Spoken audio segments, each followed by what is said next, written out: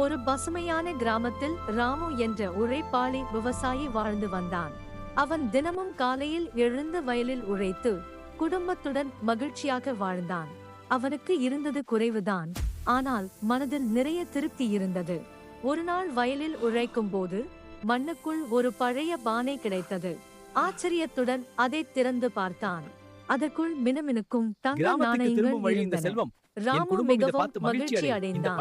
இனி நான் பணக்காரன் என்று நினைத்து தங்கத்தை வீட்டுக்கு கொண்டு சென்றான். சில நாட்களில் அவனுக்கு பேராசை வந்தது.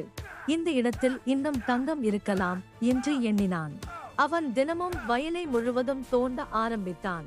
பயிர்களை கவனிக்காமல் விட்டான். சில நாட்களில் எல்லா பயிர்களும் கெட்டு போயின. ஆனால் கூடுதல் தங்கம் எதுவும் கிடைக்கவில்லை. வீட்டில் இருந்த தங்கமும் மெதுவாக செலவாகி முடிந்தது. ராமு மிகவும் கவலையடைந்தான்.